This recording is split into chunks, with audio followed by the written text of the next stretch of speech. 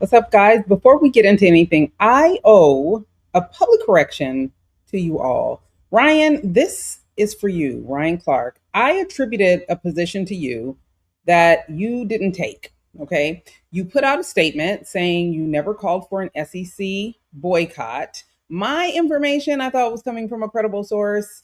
So I want to apologize and correct the record. But I also want to go ahead and read this because I think it's important that we, get a chance to see what accountability actually looks like. Let's see here.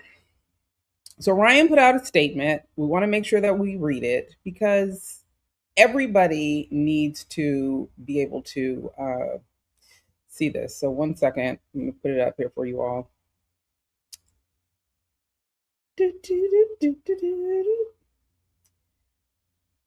Ryan said, God, I can't see. Always weird to have to say this. I have made no statement about where college athletes should or shouldn't go. The quote in the graphic using my face and name is fake. It's a lie. I post enough on social for people to know. If it's not on my profile, I didn't say it. Lots of cameras around me, there would be a video. And you know what? You are absolutely right. We are absolutely wrong. I trusted someone, but I definitely want to show what accountability looks like because I think it's important. And my apologies, my friend. Like I said before, I usually agree with most of the things that Ryan shares. So it was just interesting to me that someone sent this to me and was like, Ryan, I was like, no, we're usually on the same accord on a lot of things.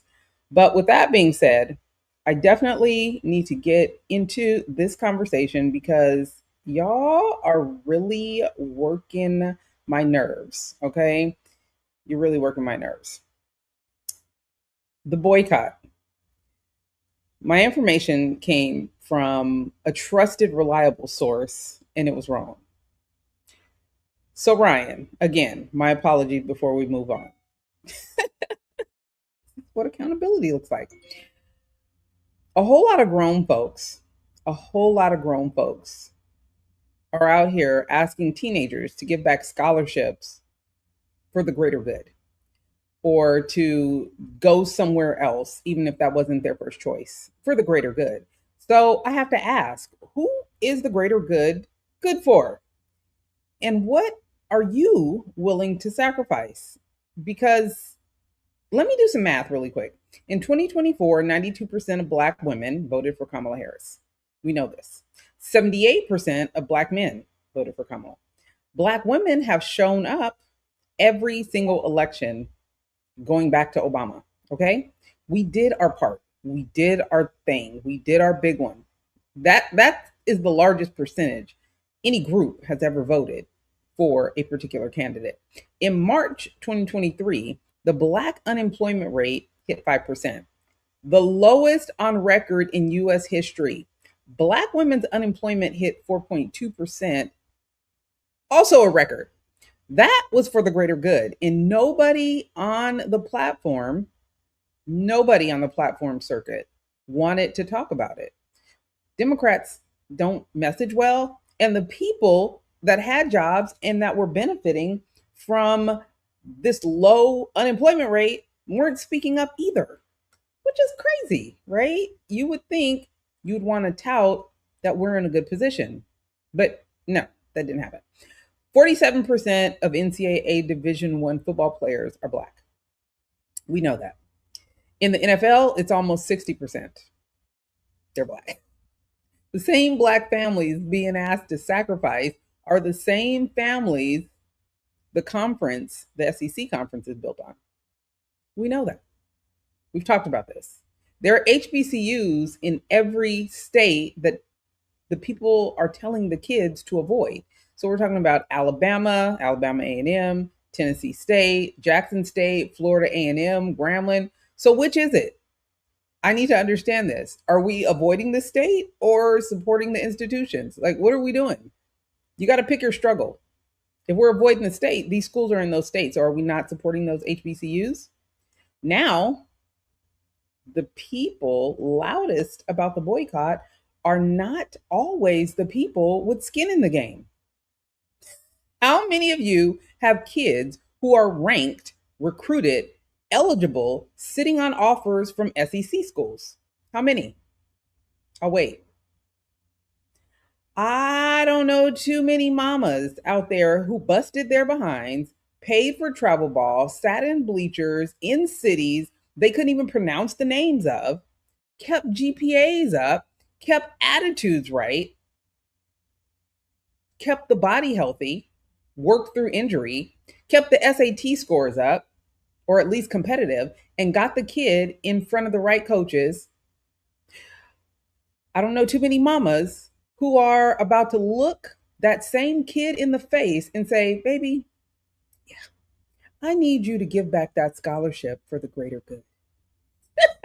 I just don't know any moms that would tell their kids who they busted their ass for and with to get these opportunities to be like, you know what, for the greater good, we're going to have to do this. I do not know those mamas. And if they exist, I respect the right of them to make that decision, for their own household. But you are not making it for me or anyone else. And if you are not making it for someone else, what is this boycott about? I don't understand how y'all are calling for a boycott. For the 92%, so women usually make these types of decisions or at least have a big part in it, but y'all let the women down. I think we need to really compartmentalize what's going on here. For the greater good, that's what you want these kids to turn their back on what they've worked for and earned for the greater good. For the greater good, we needed folks to show up for the Black women who ran for the highest office in the country. For the greater good, we needed people to celebrate the lowest Black unemployment rate on record. For the greater good, we needed people to push back on the platform pipeline that was spreading skepticism about said Black woman, Black candidate, like it was content. For the greater good, it was not content, it was a strategy. And it would have worked had y'all not been pushing back or platforming people that pushed back. But now, for the greater good, you want these same women, these same Black women, to offer up their children's future for the greater good. Y'all gotta be so fucking for real. I mean, come on. For the greater good, we needed Obama, a whole former president who got told he was talking down to Black men when he tried to say the quiet part out loud. Folks really had attitude with him for telling brothers how they needed to show up. For the greater good, we need y'all to support that. For the greater good, we needed more grown ass Black men using their platforms to do anything other than throw a Black woman under the bus. For the greater good. For the greater good. But now y'all want the kids to do that. So forgive me if I'm not ready, or many women, many mamas are not ready to hand a teenage athlete the invoice for a fight grown folks would not pick up the phone for the greater good. You are crazy. The greater good has a bill, okay? And somehow it always ends up on the child's plate. And because the kids and the athletes used to fight the fight, you think they're supposed to do it now. These aren't the same kids. They weren't raised the same. The same people asking these kids to sacrifice, and y'all still shopping at the stores that support this administration. Is that for the greater good? You're still working for the companies that wrote the checks. Is that for the greater good? You're still driving the Teslas. Is that for the greater good? You're still ordering off Amazon. Is that for the greater good? You're still posting from your iPhone.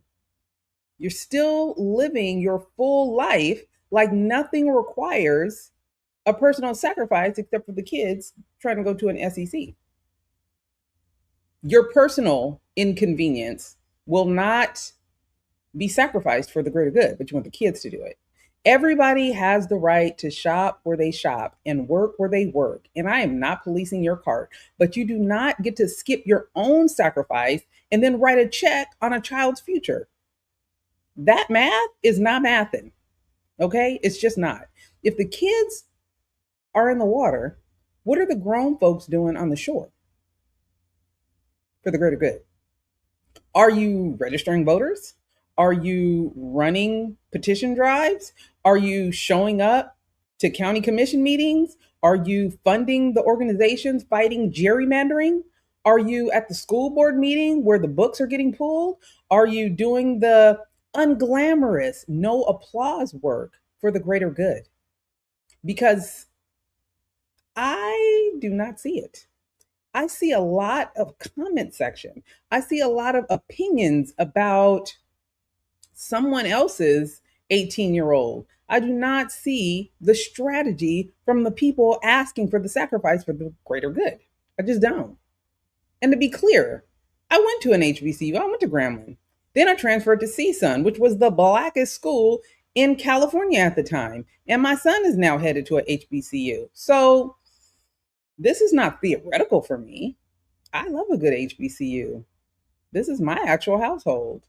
However, if my son decided to go to an SEC school, there's no way we would be asking him to make the sacrifice for the greater good when those asking aren't doing things for the greater good. And I still believe, all the way down to my bones, that no kid who worked for an opportunity should be asked to throw it back because the adults in the room did not handle their business at the ballot box, at the boardroom, at the dinner table, and in the group chat where these conversations should have been being had. We are not raising kids the way we used to. Well, I am, because I am very much my mother and my aunties. But the soft parenting and, the let me be his friend instead of his parenting, the let me not give him any structure because I don't want to traumatize him. That's not how we have to do it. We don't have to be like our parents. That's not tradition. A lot of people are not parenting the way they were parented, but you want the kids to be militant and have that fight like we had. It don't work that way. You cannot raise kids on cotton candy and then expect them to go out and be steel. It's not going to work. And yes, kids and athletes have moved the needle in history. Muhammad Ali, Tommy Smith, John Carlos, Kaepernick, they all carried it. But every one of them had grown folks beside them doing the work. Lawyers, organizers, mothers, money, strategy, not a Twitter thread, okay? So before you ask somebody else's kid to be the sacrificial lamb, ask yourself what work you have done since November that does not require a child to do it for you. We were supposed to handle our business so that our kids could excel, so they could progress, so they could keep moving the line forward. Instead, a lot of us are asking them to walk it back because they have to now, because we didn't vote right and we didn't get out the vote and we didn't do the work. I mean, we did, but come on now. We didn't organize. We didn't push. We didn't lead. This is not strategy. This is offloading. Offloading the work to the kids. And I'll never be okay with that. And no kid should be ostracized either for going to a school that worked hard to recruit them. Okay? The Black kids on those campuses right now who are not athletes still need allies. They need peers. They need to join the BSU if they still have it. They need to organize. They need a community to land in also. If we pull all of our talent out, who shows up for them? Do y'all even think about that kind of stuff? I'm done talking about this. Let me I'm done talking about this. One, because it's not going to happen. Okay? I don't know a bunch of moms that actually have D1 students that would be okay with this. I don't. I could be wrong, but I doubt it. Anyways, how are you controlling your narrative? At home, in your group chats, in your community, in your vote that's coming up? Because if you don't control the narrative, the streets will, and it won't be in your favor. Anyways, Tanya is my name. Controlling the narrative is my game. And you know what? I'll see y'all next time. Okay, bye. Oh, let me know what you think in the chat and subscribe. Share this with somebody because I'm interested to know where y'all fall, where y'all land on this. Okay.